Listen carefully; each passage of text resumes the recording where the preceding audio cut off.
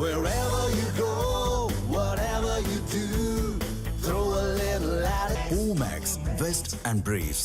மூத்த பத்திரிகையாளர் சிவா பரமேஸ்வரன் இணைந்திருக்கிறார். சார், அங்கே இருக்கிற கட்சிகள் ஒரு 3 கட்சிகள் கூட்டணி ஆட்சியை பற்றி நாங்கள் பேசலை கேட்கல அப்படிங்கிறாங்க. 2 கட்சிகள் வேணும்னு விடாப்பிடியாக இருக்கிறாங்க. என்ன அங்கே நடக்குது? இல்ல, இப்ப காங்கிரஸை பொறுத்த வரைக்கும் அவங்க கேட்கறதுல அடிப்படையில ஒரு நியாயம் இருக்கிறது அல்லது நியாயம் இல்லை என்பதுல எந்த விதமான மறுப்பும் சொல்ல முடியாது. என்ன சொல்வது யார் அப்படிங்கறத பார்க்கணும். இதோட ஒட்டி சமாந்தரமா இன்னொரு விஷயத்த பார்க்கணும். தமிழ்நாடு காங்கிரஸ் கட்சியினுடைய தலைவராக இருக்கின்ற செல்வ பெருந்தேவ அவர்கள் என்ன சொல்றாரு? ஆட்சியில் கூட்டணி என்பதை ராகுல் காந்தியும் திமுக தலைவரும் தமிழ்நாடு முதலமைச்சருமான மு.க. ஸ்டாலின் அவர்கள் பேசி முடிவு செய்வார்கள் என்பது.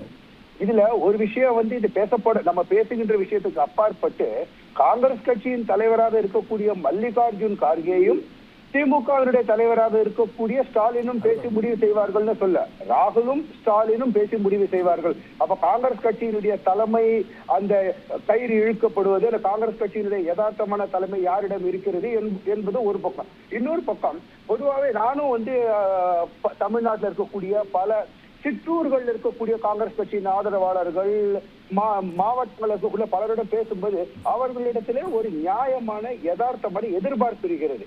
அதுல ரொம்ப அவர்கள் கூறுவது என்னவென்றால், நாங்கள் ஒரு கூட்டணி அமைத்து போட்டியிடும் பொழுது நாங்கள் எங்களுடைய முழு பங்களிப்பை தேர்தல் காலத்தில் அளிப்போம். அதுதான் தார்மீக நடைமுறை. அந்த தேர்தல் காலத்தில் நாங்கள் அளிக்கக்கூடிய அந்த உழைப்பு, நேரம், செலவுகள், எங்களுடைய தொண்டர்களுடன் நாங்கள் வீடு வீடாக சென்று பார்ப்பது என்பதில் நாங்கள் செய்தாலும் எங்களுக்கு ஆட்சியின் பங்கு இல்லை என்று வரும்பொழுது அப்படி கூறுவது எந்த வகையில் நியாயம்? அதாவது எங்களது உழைப்பை சுரண்டிக் கொள்கிறார்கள். எங்கள் உழைப்பு மட்டுமே வேண்டும். ஆனால் அந்த உழைப்பின் பலனை நாங்கள் மட்டுமே பெற்றுக்கொள்வோம், நாங்கள் மட்டுமே வைத்துக் கொள்வோம் என்று திமுக கூறுவது ஏற்புடையதல்ல, அல்லது ஏற்க முடியாதுன்னு சொல்றாங்க. பலரிடம் நான் கிராமப்புறங்கள் இருக்கக்கூடிய பேசின போது, அதாவது பாரம்பரியமான காங்கிரஸ் கட்சியின் வாக்காளர்களாக இருக்கக்கூடியவர்கள், இன்றைக்கு கிட்டத்தட்ட ஒரு 60 வயதுக்கு மேல் இருக்கக்கூடியவர்களும் ராகுல் காந்தி என்று அவருடைய இளமை மற்றும் அவர் பால் ஈர்ப்பு கொண்ட சில இளைஞர்கள் கல்லூரியில் இருக்கக்கூடிய என்ன சொல்றாங்கன்னா, நாங்கள் எப்பொழுது கட்சியை வளர்ப்பது, நாங்கள் தேசிய அளவில் நாங்கள் அடுத்த தலைமுறை எப்பொழுது முன்னுக்கு வருவது, எனவே இந்த ஆட்சியில் பங்கு என்று இருந்தால்தான் திமுகவில் எப்படி அடுத்த தலைமுறை வளர்ந்தார்களோ அதே போல் காங்கிரசிலும் அடுத்த தலைமுறையினர் வளர முடியும். எனவே ஆட்சியில் பங்கு என்பது மிகவும் அவசியமானது. அதுதான் எங்களுக்கு ஊக்கம் அளிக்கும், கட்சியை வளர்க்கவும் பயன்படும் அப்படின்னு அவங்க சொல்றாங்க. இன்னொரு கேள்வி நீங்க கேட்டீங்க, இந்த கம்யூனிஸ்ட் சமாச்சாரம் பற்றி. நேரடியாக இல்லாவிட்டாலும் கேரளால என்ன ஆட்சி நடக்கிறது? LDF, அதாவது இடதுசாரி ஜனநாயக முன்னணி. அதில் இருக்கக்கூடிய எல்லா கட்சிகளும் இடதுசாரி சித்தாந்தங்களை கொண்டவர்களாக இருந்தாலும் அதில் CPI, CPIM, RSP, Forward Bloc போன்ற பல கட்சிகள் இணைந்துதான் நாங்கள் கூட்டணி கட்சி. அப்போ சித்தாந்த ரீதியில் ஒன்றாக இருக்கக்கூடிய ஒரு கட்சியினர்கள் ஒன்றாக ஆட்சியை அமைக்கும் பொழுது அதில் ஆட்சியில் பங்கு கொடுப்பது அல்லது அமைச்சர்கள் பங்கு கொடுப்பது என்பதில் ஏன் அதில் சுணக்கம் என்பது தெரியல. இப்ப தமிழ்நாட்டில் என்ன சொல்றாங்க? திமுகவும் காங்கிரசும் நாங்கள் சித்தாந்த ரீதியாக நெருக்கமானவர்கள், அதாவது வலதுசாரி சித்தாந்தங்களுக்கு எதிரானவர்கள். அப்படி இருக்கும்போது சித்தாந்த ரீதியாக ஒன்றாக இணையும் பொழுது ஆட்சியில் ஒன்றாக இணைந்து அதை பகிர்ந்து கொண்டு மேலும் அந்த சித்தாந்தத்தை வளர்த்தெடுப்பதில் என்ன தவறு என்கின்ற கேள்வி இதில் எழுகிறது மிகவும் முக்கியமாக. எனவே இதுல இன்னொன்னும் பார்க்கணும். இதுவரை மீண்டும் மீண்டும் அழுத்தம் திருத்தமாக தமிழ்நாட்டில் ஆட்சியில் பங்கு என்று கேட்பதில் முன்னணியாக ஒலிக்கின்ற குரல் ராகுல் காந்திக்கு மிகவும் நெருக்கமானவர் என்று அறியப்படுகின்ற பிரவீன் சக்கரவர்த்தி.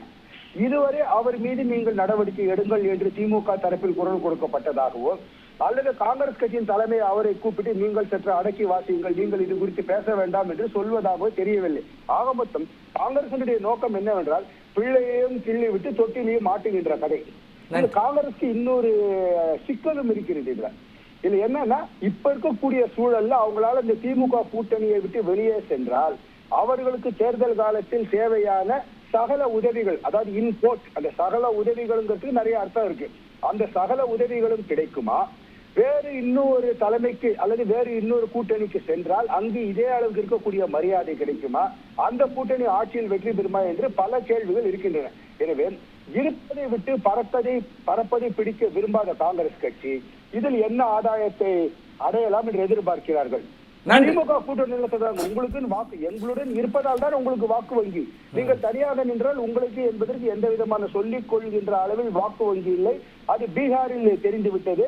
இப்பொழுது மராட்டிய மாநிலத்தில் நடைபெற்ற உள்ளூராட்சி தேர்தல்களும் தெரிந்து விட்டது. எனவே கொடுப்பதை வாங்கிக் கொள்ளுங்கள், இல்லை என்றால் மாற்று வழியை பார்த்துக் கொள்ளுங்கள் என்கின்ற ரீதியில் தான் இருக்கிறது. எனவே இதுவே காங்கிரஸ் கட்சிக்குள்ளேயே ஒரு ஒருமித்த கருத்து வேண்டும் அல்லது வேண்டாம் என்பதில்லை. அதாவது எப்படி என்றால், ஒரு சாரார் வேண்டும் என்று கேட்போம், இன்னொரு சாரார் வேண்டாம் என்று சொல்வோமே. இதில் எது நடந்தாலும் நமக்கு அனுகூலம். இந்த பிரித்தாளும் சூழ்ச்சி அப்படிங்கிற மாதிரி தோணுதே. மொத்தம் கூட்டணிக்குள் தெளிவாக எதுவும் இல்லை. நன்றி நன்றி சிவா பரமேஸ்வரன், உங்கள் கருத்துக்களை பகிர்ந்து கொண்டமைக்கு.